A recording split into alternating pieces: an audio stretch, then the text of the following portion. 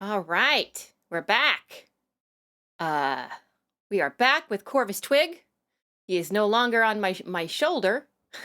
He's speaking to us from his nest in his tree. Yeah. And let me make me sure that we have the actual Discord audio is on, because that would be, yes, it is. I mean, what's the bird of the day if you can't hear me talking? It's true. Then it's just a quiet reverie for the day. But Actually, since my chat box, I'm gonna make myself a little bit bigger here. Yeah. oh, don't get big. Herb. Yep. So, for those of you who don't know Corvus, and if you don't know Corvus, you best should learn who Corvus is. Corvus Twig is Crow, I'm a and he's crow. Crow, caw, if you will. Check me And out. Corvus Twig is also an expert on all things burb, and is a streamer of a streamer and a friend of mine, and he does a special segment uh on his streams called Bird of the Day. And when I was talking about doing my charity stream, he offered to do a special Bird of the Day just for the charity stream. Special bird of the day. Look at that Yeah. wingspan. Yeah, look at that. Look at that. Oh, it's fun. Bask. Soak it in. All I took it back in. right, so I'm gonna take off my donkey blanket because it's obstructing Don't some of care. the view, and I wouldn't want to obstruct the view of them there Corvus Twig. Yeah. So, how's the audio, everybody? Let me know if the audio is okay, because in testing, it was finicky. So Yeah, how do I sound? So there's I'm Corey's Twig, and as she said, yeah, I'm an American crow, and I like to talk about birds. And so yeah, every single day I do a bird of the day, and this is actually bird of the day 97. whoa, 97. Corvus is Can a you little believe bit it? quiet, so I'm gonna boost Can you, you. okay, does this sound a little bit better? I'm gonna It boost you. sound, All right, try again. I'm talking Oh, there we again. go. There's the stuff. There's the stuff. Okay, it's a bird day. But so yeah, this is bird of the day number 97. I'm almost at 100. 100 birds. Can you believe that? And the thing is, there's like 10,000 species of birds, so I'm not even close to all of them. You're gonna have to stream for a very long time. I streamed for a very long time to get all of them. But I mean, sometimes I combine them into one. So like my previous bird of the day was Amazon parrots, Oh, and I did all 31 species of those as one because they're all pretty similar. But yeah, nice. green Amazon parrots, very good. So, what bird do you have for us today, Corvus? Well, today's bird of the day is, well, because you're so Indian themed and this is an Indian charity and stuff, I decided to go with a bird that is very well known, very common, and very revered in India. Yay! And so today's bird of the day, oh, it's a pretty good one. I really like this bird. Today's bird of the day is the Indian roller. Oh wow, that's a Look pretty at this. bird. Oh my gosh, they are beautiful. Look at these colors. I mean, you Is got that real? That's amazing. I know it's like it's just like the orange and the blue, and then the two different shades. These are beautiful, beautiful bird. I was looking up Indian birds, and these fellas are spectacular, spectacular birds. Had to cover them, of course. Yeah. Now the national bird of India is the Indian peafowl, or as most people know them, the peacocks, because the peahens don't get You don't get the recognition. they don't get the recognition. They ain't pretty as looking. But the Indian roller is actually the state bird of many states of India and is a very common and very revered bird in India and Indian culture. Nice. And I mean, you can tell why. I mean, just look at Yeah, them. I mean, how could you not? How could you not? like a tiny peacock. Yeah. Well, but they're not actually that tiny. They're 12 to 13 inches long, or Oh, 30 to 34 centimeters. So they're actually kind of big. They're kind of around the same length that you would see like as maybe a little bit bigger than a blue jay. oh, okay. So, bigger for these kind of birds. And, they got a 26 to 29-inch wingspans. That's pretty big. I mean, that's not quite crow big, but I mean, they're decent sized for the type of bird that they are. Weighing 5.9, 6.2 ounces. And they got a pretty good lifespan. Oh yeah. 17 years. Wow. For a bird this size, 17-year average lifespan is pretty good. Wow. That's in the wild too. Yeah, Yeah. Well, these birds usually aren't kept in captivity. Hmm. They're this kind of bird just doesn't do too well in captivity. Hmm. They're wild birds, got to be free.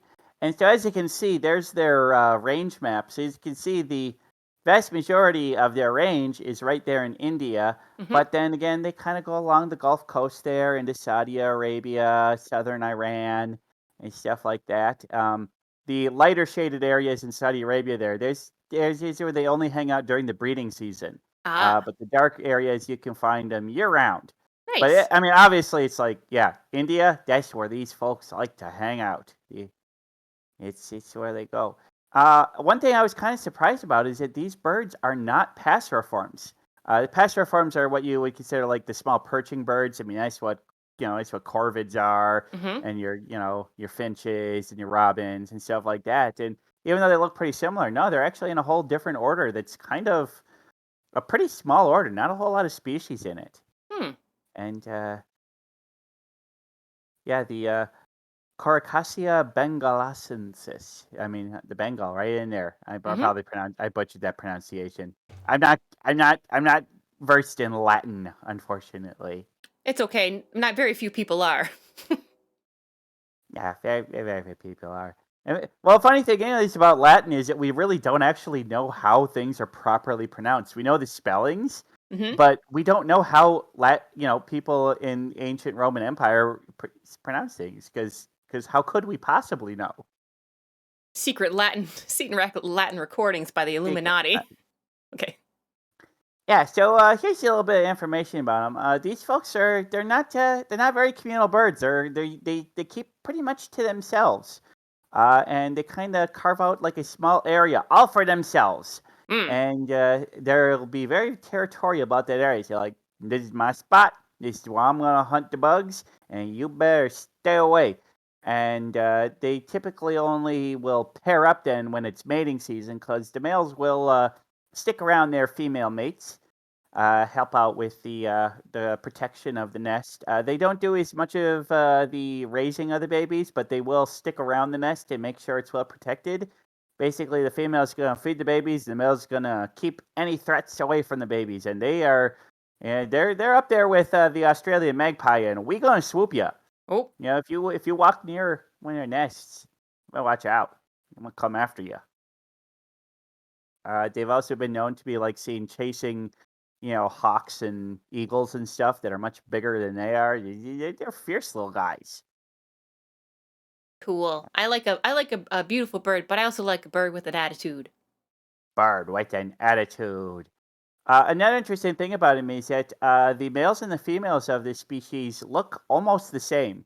The males have slightly brighter colorations, but they are still pretty vibrant and beautiful birds on their own.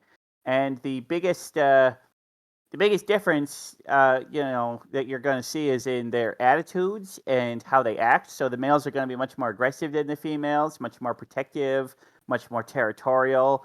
But rather than I mean, their bright feathers obviously are important for mating, but what's really important is their flying skills. One of the reasons they're called the Indian roller is that when males are trying to attract a female, they do a really complex flight. Well, they will do a barrel roll. They do Cool. all these cool tricks in midair where they'll roll around and do all sorts of crazy flips and stuff and all sorts of crazy acrobatics to impress the lady. And if they put on a good show, the lady be like, okay, yeah, yeah, I Yeah, want my babies to be able to do that, so I'm gonna mate with you. that's as good a reason as any. I mean, yeah, Star Fox Burb. Yes, I go. Star Fox Burb, yeah, do a burble roll. Um, Now these guys, I mean, they are pretty much carnivorous birds. They eat bugs. They bug eaters. About half their diet is beetles. About 40% of their diet is grasshoppers and crickets, and 10%, they do some like small frogs and lizards if they can find them. But and they only eat like seeds and stuff if like they're really, really desperate, but it doesn't get cold enough in India for there not to be plenty of bugs around them. Nice. But what's really cool is these guys are really smart about how they get their food. So they're very opportunistic and they understand human behavior and they understand like things that humans do are going to be good for them. So they speculate that a long time ago they didn't do too much hunting at night, but now they do because people turn their lights on at night. And what happens? Ah. The bugs get attracted to the lights. And so they stay up Oh. later and they will hunt around lighted areas to get the bugs that are gathering around the lights. Or maybe a tractor is plowing a field, and when that happens, it disturbs the ground, and a bunch of bugs will become active to get away. So they will literally Mm. follow tractors to get the bugs that have been disturbed by the plowing. I mean, they're smart little birds. That's a smart bird right there. Smart bird. Um, one of the things that they don't do is so smart though is that well they prefer to sit on wires as their Mm-hmm. perches. They prefer wires over trees, which is really interesting. But that also means that one of the leading causes of death for these poor little birds is electrocution. Oh no. Yeah. Some of their biggest, because they don't really have a lot of natural predators. They're a little bit bigger than most of the bigger birds like to go for, and so it turns out that just environmental things that humans have introduced ends up being one of the biggest threats. But despite that, they're doing pretty good. They're a species of least concern. Their numbers are doing very good, and they're found in Yay. pretty good numbers throughout their entire area. So that's pretty good. But yeah, as I was saying, very important bird in Indian culture. They say that spotting one nearby you and one of them coming to your home is a good omen, a predictor of good luck, and Yay. is the bird most sacred to the deity Vishnu. Oh, Yeah, nice. that's pretty cool. Um, Now there's a couple Indian festivals throughout the year, Dussehra and Durga Puja, Mm-hmm. and apparently during those festivals they will capture a good number of these and release them in big numbers as like part of the ceremony. Oh, I'm not sure cool. I approve of that, but Yes. the birds seem to be mostly unharmed through this. Yeah. And then there was another thing that I read that was kind of interesting. Apparently, these birds have another tie to Vishnu. There's an old legend where Vishnu drank poison, but didn't get it swallowed all the way into their stomach, Mm-hmm. and it's turned their throat purple, or turned their throat blue, and like the Mm-hmm. blue throat was like, supposedly then tied to these birds. Yes. But I think that's weird because these birds have orange throats, not blue throats. So I'm wondering where that came from. I know the legend of the blue the poison and having a blue throat, but I haven't heard the connection to the bird. So there's a lot of things. The thing about those stories is they have a lot of different connections depending on where you are in India. So it's cool to hear different stories. Well, that's true. I mean, India is a very big country with lots of different cultures and stories and folklore, and I love folklore. Folklore is the best. It's a good way to learn about people and their histories. But yeah, there are three states in India that this is their state bird: Odisha, Karnataka, and Telangana. So, Nice. so yeah, well revered. Although, much like the United States, it's like, come on, you shouldn't be able to have multiple states have the same bird. Each one should have a different one. Come Right, you on. guys. Whoever got it first, you got to pick. Yeah, the two have to pick a different burp. There's lots of Yeah, do we burps. really like we have like 7 states that have the cardinal and like 6 states that have the yellow-throated thrush. It's like, come on, pick a different bird. Pick different birds. Yeah, come on, Pick guys. something unique to your state. But either way, I think it's cool that this bird is so revered in India. And I mean, I can understand why. They're smart, they're beautiful. Uh they're just, I mean, just look at that bird. He's a beautiful bird. That's a He's a pretty beautiful bird. bird. I like He's that a beautiful bird. bird. That's a good bird right there. Oh, Ooh, and so yeah, this is a painting that was done in the year 1780 from Sheikh Zainuddin. So yeah, it just goes to show that these birds have been revered for a very long time. Pretty cool painting considering it's what 242 years old. I like seeing the paintings versus the real thing. Like seeing how people depict it. Yeah, It's pretty good cool. painting, I think. Yeah, I like it. Nice. So, yeah, my thoughts is, I mean, it's top tier bird if you ask me. Just That absolutely gorgeous. The only thing I wish this bird did is I wish they were a little more community driven. I like the birds that live yeah. in big communities, but they do what they do. Yeah, it's a very beautiful bird. I like that it's a smart bird too, that it's adaptable. Um, I Yeah, they think do it. well in both urban and rural environments. I'm happy that they're doing so well. Because you always expect when you see a bird with beautiful plumage, the first thing I think is like, oh, I bet people kill that bird real fast for plumage, but maybe Oh, they're well, actually, that was the case. Back in the 1800s, fly fishers would go after a lot of very beautiful bird species, birds of paradise, and all sorts of other birds to collect their feathers to literally make into fly fishing lures. And this was actually one of the most popular birds to be hunted specifically for its feathers in the 1800s. But it was in the late 1800s, I think in the 1890s, that the Indian government was like, no, we're going to make that illegal. yeah, that's mean. Don't do that. Yeah, don't kill birds for their feathers. That's not cool. It's Yeah. not cool. Yeah, I mean, if they drop a feather by themselves, you just pick it up off the ground, do what you will, I suppose. But Yeah, it's okay. That's okay. But don't hurt a bird. Don't hurt a bird. Except chickens, because they're delicious. they're delicious. Even Corvus can admit chickens are delicious. Sorry, Rodney. Sorry, Rodney. Well, thank you, Corvus. I want to thank you very much for doing the research and putting together the presentation and doing it a special thing just for Animal Aid Unlimited and for the charity. So that means a lot. That's really cool. Absolutely. Yeah, I mean, I'm a big fan of all animals, and I think it's a great organization. And yeah, um, 101 Burpees Dalmatian Pelican. Oh, maybe I could maybe do that. I could maybe do that. But yeah, 101 you're bird is welcome for the Dalmatian. bird of the day, folks.